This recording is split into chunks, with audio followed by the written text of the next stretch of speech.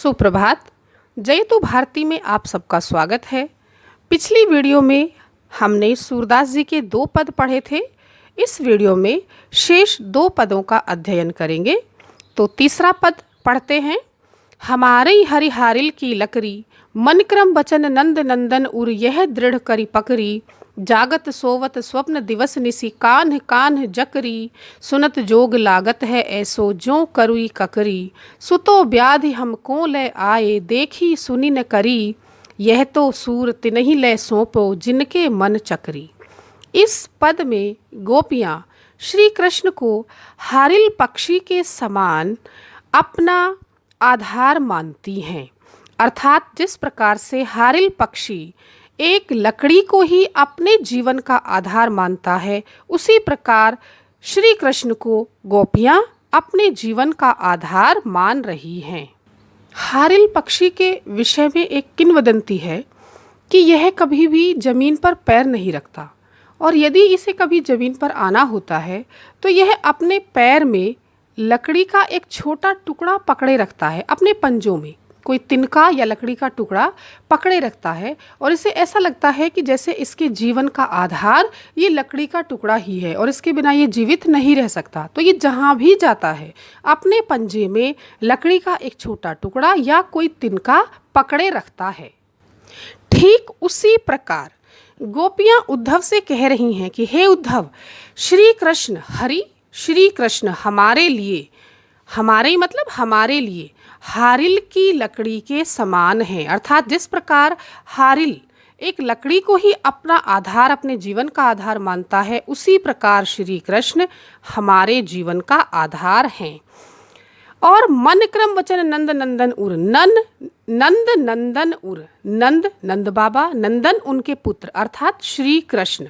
श्री कृष्ण को हमने अपने उर हृदय में मन, कर्म और वचन तीनों से ही दृढ़ करके मजबूती के साथ पकड़ी माने पकड़ा हुआ है। अर्थात श्री कृष्ण को हमने अपने हृदय में मन, कर्म और वचन के माध्यम से बसाया हुआ है। जागते हुए, सोते हुए, स्वप्न में, दिन में और रात में हम हर समय प्रत्येक क्षण कान्हा कान्हा जकरी माने रट लगाए रहती हैं। अर्थात श्री कृष्ण का ही नाम जपती रहती हैं। और ये योग जो आप योग संदेश लेकर आए हो, इसे सुनते ही ऐसा लगता है जैसे करुई माने कड़वी और ककरी माने ककड़ी, जैसे कड़वी ककड़ी हमने मुंह में रख ली हो और उसका जो स्वाद होता है वो बहुत ही खराब होता है। तो जिस प्रकार से कड़वी ककड़ी को खाया नहीं जा सकता, उसी प्रकार से तुम्हारे इस योग संदेश को भी हम कभी अपना नहीं सकते। सुतो व्याधि हमको ले आए, हे उद्धव तुम तो यह व्याधि, सुमाने यह व्याधि कहते हैं रोग, हमको ले आए, हमारे लिए ले आए हो।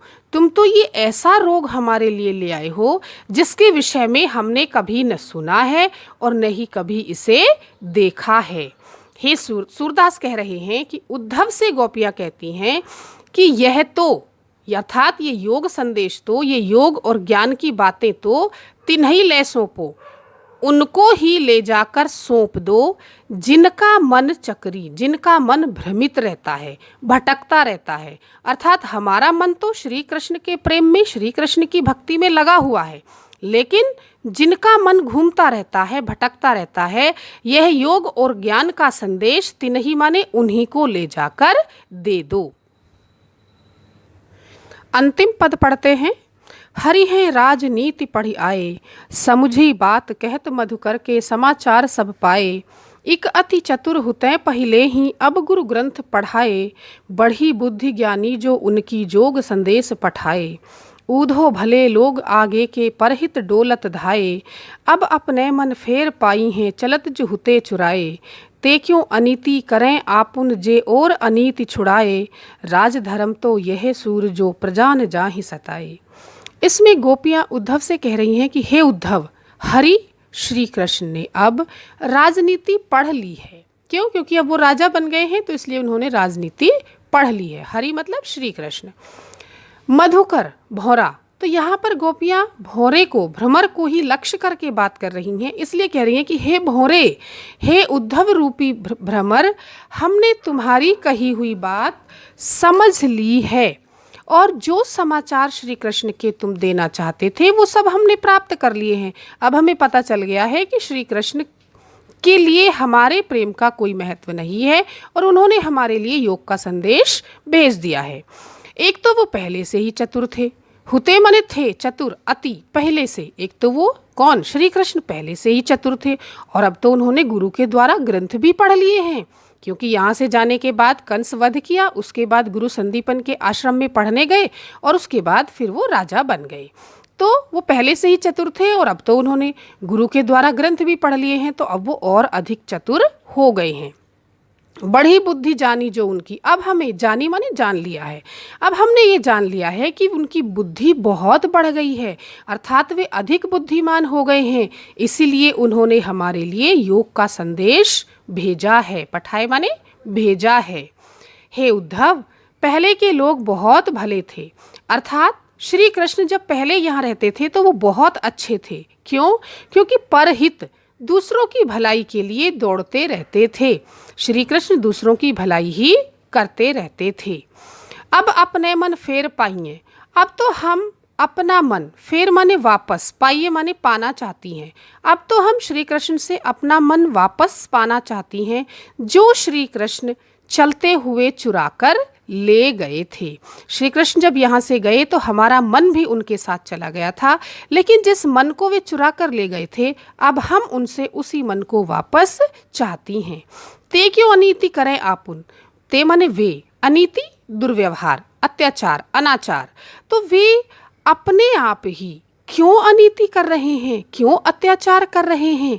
जिन्होंने अनीति से इस समाज को छुड़ाया है, अर्थात कंस का वध करके उन कंस के द्वारा सताई गई प्रजा को कंस के अत्याचारों से किसने छुड़ाया? श्री कृष्ण ने छुड़ाया है। तो जब उन्होंने अत्याचारी का नाश करके पूरी प्रजा का हित किया है, अब वे स्वयं ही क्यों अनीति कर रहे हैं?